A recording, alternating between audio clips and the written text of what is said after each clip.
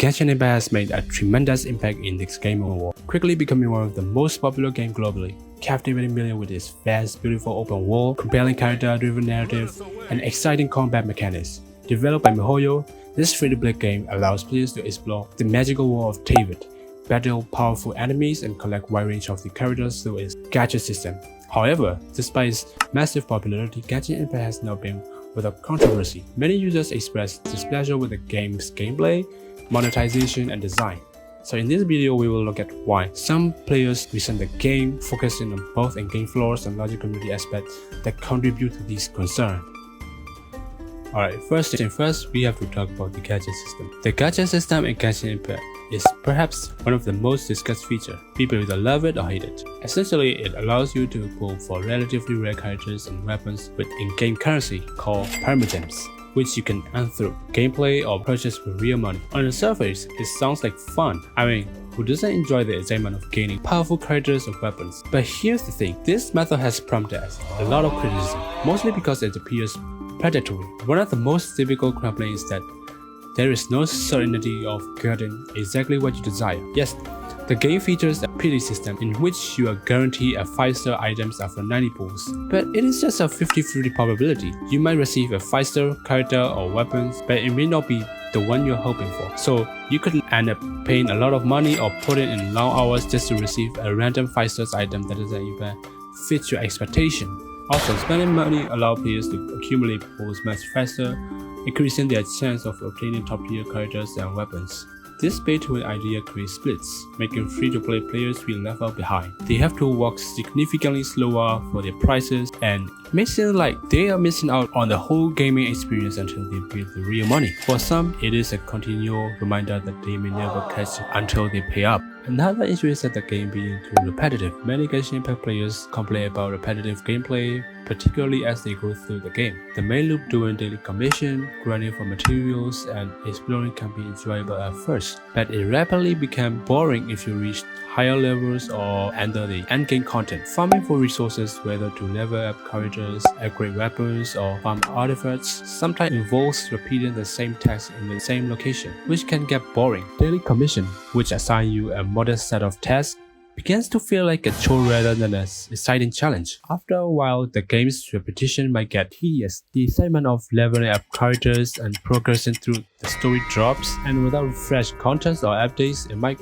feel more like a chore. For many players, this repeating pattern makes the game feel boring and may result to them losing interest or become locked in and in a never-ending loop. One of the most complaints about Genshin Impact is its lack of substantial ending content.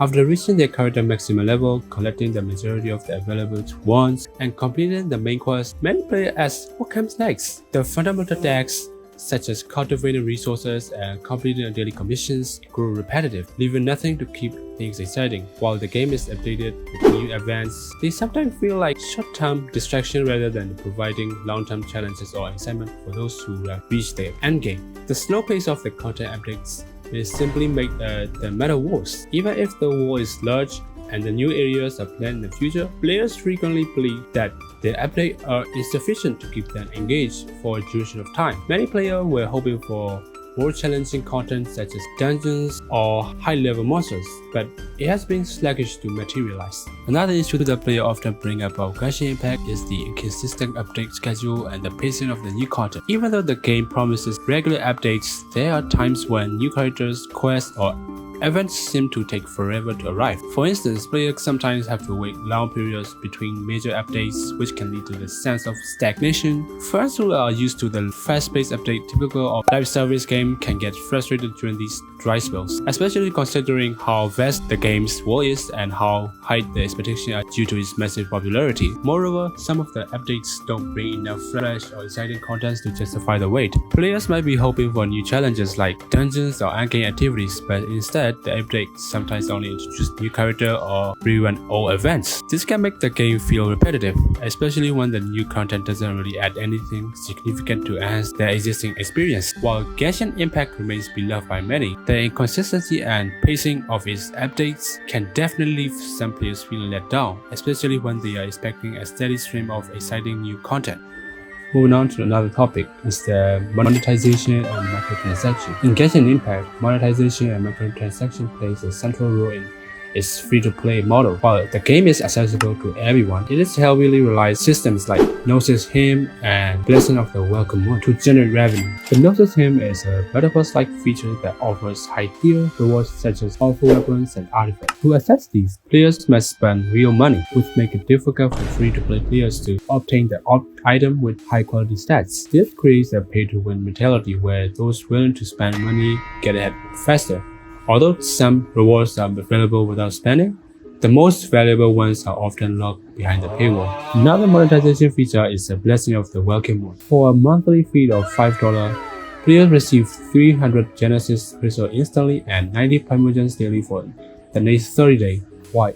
It is cheaper than purchasing a large amount of primogems. It still represents a recurring expense for those who want a steady supply for primogems to spend on character pools. Both seem to contribute to a divide between paying players and free-to-play players, where those spending money have an advantage in terms of progression and access to exclusive rewards, while these monetization methods generate significant revenue for the developers. One of the most controversial aspects of Genshin Impact is the character design. It is the attraction some players feel toward characters who appear youthful or childlike. Despite being centuries years old, characters like Nahida, Chi-Chi, and Paimon fall into this category, where their cute, innocent design give off a childlike appearance, even though their backstory reveals them to be far older than they appear. This creates a complex ethical debate within the community about how such characters are designed and how their portrait might be interpreted. Some players argue that the age is just a number, especially in a fantasy world where immortality and age-defying traits are common. They defend the design choices, claiming that it is simply a stylistic choice that shouldn't be taken as a literal representation of an age or maturity. However, this defense doesn't sit well with the many players who feel uncomfortable with the dissonance between their character physical appearance and their backstory. Look, I'm not saying the game is bad. Seriously, Genshin Impact is a beautifully crafted game with amazing art and storytelling, and I'm definitely not claiming that all fans are into this weird territory or that everyone who enjoys the character has any bad intentions. But the way some of these youthful or childlike characters are portrayed can be problematic, and it is not something we should just brush off. It raises real concern about how these designs are interpreted and the impact they could have.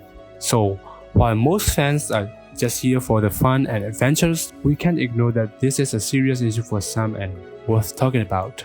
Another issue in Genshin community is the whale culture. Whale culture in Genshin Impact refers to the behavior of a specific subset of players known as whales, who spend substantial amount of real money on the game, often pulling for rare characters and weapons through the gacha system. Whales are typically able to obtain the best items in the game far quicker than the free-to-play players or those who spend little on the game. This spending culture has a significant impact on the game's economy and the player community as a whole. The game heavily incentivizes whale behavior, with limited time banners and powerful characters that can only be obtained through high gacha pools. Many whales actively contribute to the game revenue by spending hundreds or even thousands of dollars on the gacha system. This has led to a divide between these players and others who either can or choose not to spend money. New players may feel pressure to spend money in order to keep up with the others, and veteran players may view whale spending as a necessity to maintain an edge in events or content. Moreover, some in the Genshin Impact community argue that developers focus on catering to whales diminishes the overall enjoyment for F2B players who might find themselves unable to access top-tier character or content without spending significant amount of money. Regardless, Genshin Impact remains a massively popular game that has captivated millions worldwide, but it has not been without its shares of controversies. From the predatory nature of gacha system and the repetitiveness of gameplay to the sparse of angry content and inconsistent updates, many aspects of the game have sparked frustration within the community. Additionally, the monetization model, which heavily relies on microtransactions like Gnosis Hymn and Welcome Moon, has led to significant criticism, especially among free-to-play players who feel excluded from the game-based contents. Ultimately, the game's success will depend on how the developers respond to these challenges, balancing the demands of their player base with a commitment to creating a fair, inclusive, and enjoyable experience for all players. As the game evolves, the community feedbacks will likely play a crucial role in shaping its future. To wrap things up, I just want to say that yeah, I have played Genshin Impact myself and I genuinely enjoyed it. The world building is fantastic, the gameplay is fun, and there is a lot to love about the game. So I'm definitely not here to say the game is bad or to judge everyone who plays it, but let's be real for a second, okay? Genshin Impact players get a lot of stereotypes thrown your way, like never touch grass or never showering. Honestly, it's all in good fun, and I'm sure most of us can laugh at these jokes. Still, it is important to have conversation about the more serious issue when they came up, like the one we talk about today. So, what do you think? Drop your thought in the comment below, whether you agree, disagree, or have your own experience to share. And hey, no matter what, remember to keep things fun, and maybe even touch some grass once in a while, if you want. 原神踢透啊！我最喜欢玩原神了，我是可莉玩家。你看，这是我新买的衣服哦，可莉，棒棒炸弹。Please subscribe.